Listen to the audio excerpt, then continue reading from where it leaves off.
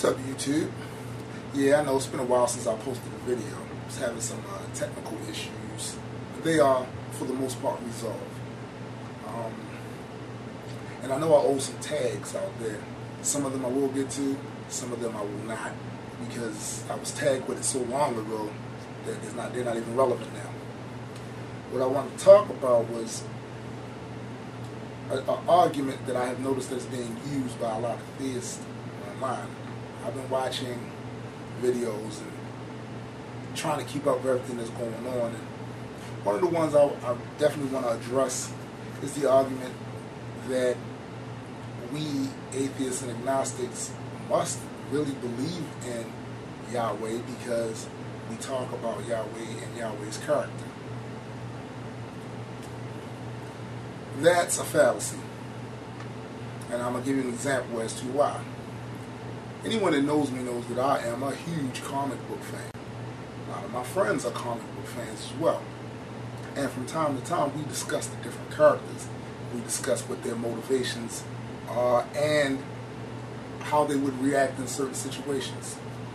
This by no means indicates that we think that the Hulk is real, or Thor is real, or Spider-Man is real, or Superman is real. All we are simply doing is discussing the character and his traits that were given to him by the various different writers, discussing whether or not he would do certain things in a situation, discussing whether or not he could defeat another character, things like that. That's kind of how we're doing with the Yahweh thing. For us, Yahweh is a character in a book, and all we merely do when we speak about Yahweh is confront you guys on some of the inconsistencies in his character traits. For instance, the way a lot of theists describe Yahweh is not how we see Yahweh when we read the same text you read. Yeah, we see the parts in the text that deal with him being loving and kind, but we also see the parts in the text where he appears to be bloodthirsty and vengeful and jealous and things of this nature. A lot of us feel as though an all-powerful being has a lot of options. You know, he knows everything. He can do everything. So he has a lot of options. We disagree with the fact that what appears to be his main tactic is to be violent. That appears to be his only way of correcting certain situations, is to be violent and to make threats. But that does not mean that we think that Yahweh is real.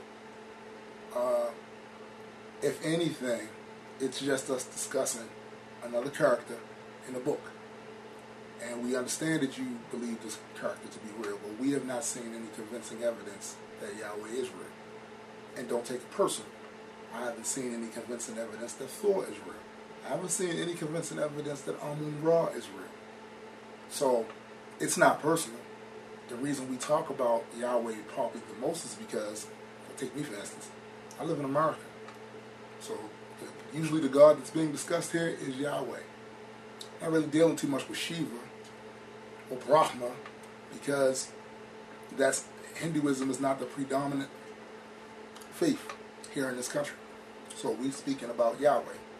And the other thing is that there's a large percentage of people who believe in Yahweh who seek to change things politically and have it conform to their belief in Yahweh, and then subject all the rest of us to it. So we beefing about that. But that's all it is. It's not personal. And we don't believe that Yahweh is real. We're just discussing a character in a book. That's all.